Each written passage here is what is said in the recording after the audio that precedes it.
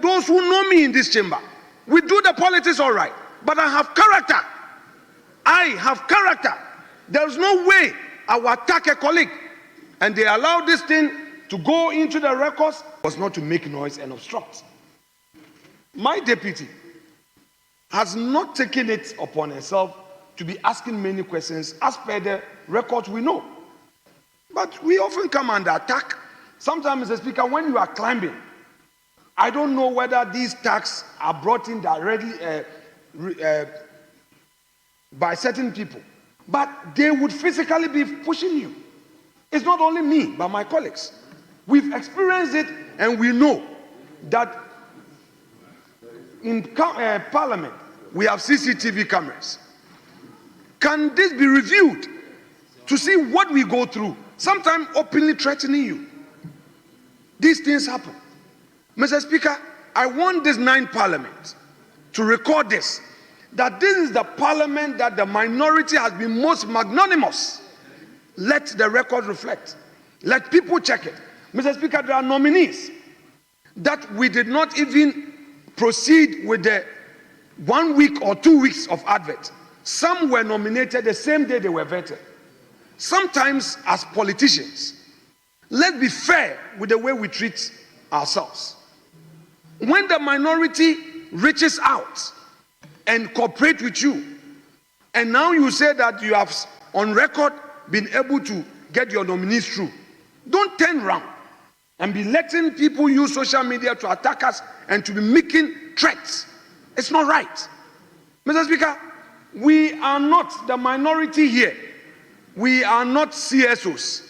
We are not a civil society organization. We are a political leaders like you. Only yesterday I was there with my colleagues, and today we are here. Our job is not to come and put roadblocks to obstruct your government. You yourself must be fair. Mr. Speaker, having addressed that point, I want to come to this very emotional matter that I want to speak to. Last week I was on my hospital bed. I was unwell, and I saw, whilst watching TV, I saw Afenyo Markin being pounded, and I felt very sad.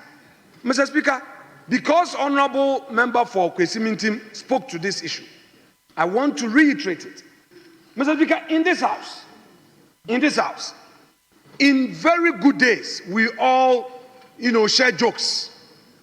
We all share jokes. Sometimes we yell at each other. Sometimes we call ourselves names, but they are on lighter notes.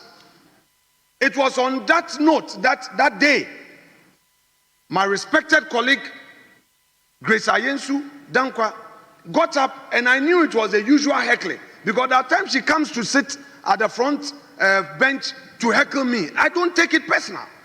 We close and we stand outside to talk. We joke. We share. We have esprit de corps, and I respect it. Mr. Speaker, that day I thought I was using my usual jokes that, Senator has to be appointed, the usual thing. Mr. Speaker, the following day, we spoke. Honorable Dorcas Tofe, Honorable Jechi Kwesi, and my good self, we met in the office, the new office that has been given to the leadership. We sat there and we talked as adults. And you told me that, there were some social media posts, it is not you. I said, but if you offended, tell me. I would apologize to you. I thought we were joking. Even that same afternoon, she came here. Jerry is here. The videos are there. We spoke nicely. I called her. I thought we have a family. Mr. Speaker, only to see a certain NGO attacking me that I am attacking women. I said, how? We are a family. We are a family. Those who know me in this chamber, we do the politics all right, but I have character. I have character. There's no way I will attack a colleague. And they allow this thing to go into the records, attacking me as if I disrespect my colleagues. Mr. Speaker, that day when the opportunity came, I said, well, today, my style and my approach in this house is going to be different. If members cannot take a joke, I will not. Because sometimes I feel we are all affable. We get on with each other and we all know. But I had to bring that matter to a closure by saying, colleague, if indeed the thing has turned out that the thing that we all discussed so happily, you are offended, I'm sorry. Let the record reflect it. But going forward, we know how we approach things in this house. Mr. Speaker, reputation is all we have as colleagues. I know my humble beginnings. I know what I've gone through in life. I will be the last to seize any leadership opportunity to undermine somebody. I know what I've suffered for. I know what I've gone through. When my party was in power, I was not even a committee leader. I was a backbencher, and there were juniors who were leaders in committees. I took it and hoped for a future. So I will be the last person to undermine anybody, because if you move patiently with hard work, heavens will open up to you. That is my belief. As a Catholic Christian, I'm not perfect, but I will never undermine a colleague, particularly so when it's a woman. I'm a husband. Would I be happy if somebody does that to my wife? I am a father. Would I be happy if somebody does that to my daughter? So I will not do that. I will not, Mr. Speaker. I am so much emotional on this matter, but I pray that heaven bring closure to this. It will not repeat itself. Mr. Speaker, that said, the honorable nominee, Honorable Grace Ayensu Dankwa, is somebody I admire. I admire because if you look at her own records, she started as an art student, her O-level, A-level. For somebody that if you look at her results, then she becomes a medical doctor. This is somebody to admire.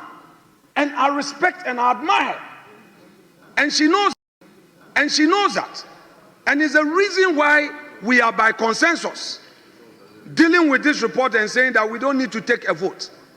Mr. Speaker, honorable member for Kwesi Mintim also said something about a statement being made about the nominee, Honorable Grace Ayensu Dankwa. Mr. Speaker, because we are working for records, I want to clarify, as a practice, whenever the committee is seized with nominees, the committee writes to authorized agencies for character reference.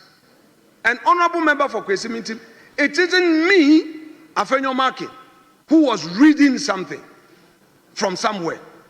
The document was from authorized source, and that was what we had received, and that was coming from her previous school. It was not me.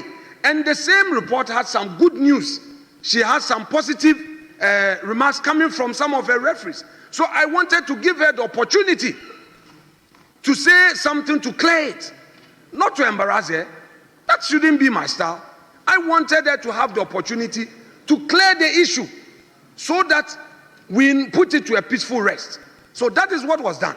So colleagues, let us understand the work we are doing. Sometimes we are also at pain. When you are supposed to vet, you are not going to embarrass your colleague. And colleagues, you would also note that it is not every nominee that we vet. Some of it, they come, we say, oh, it's okay, please move. I never vetted any of the regional ministers. Has the record forgotten that one? Even the 4 nominees, how many of them did I spend time on? So let's not get into the public space to destroy the reputation of people who are really enriching good governance and enriching democracy. Mr. Speaker, I want this to be on record. When Honorable Akando was a deputy ministerial nominee, it took the support of the minority, 2015, to back him. Today, he is a minister of state, health minister. It is the minority then here. We were here. We spoke in the favor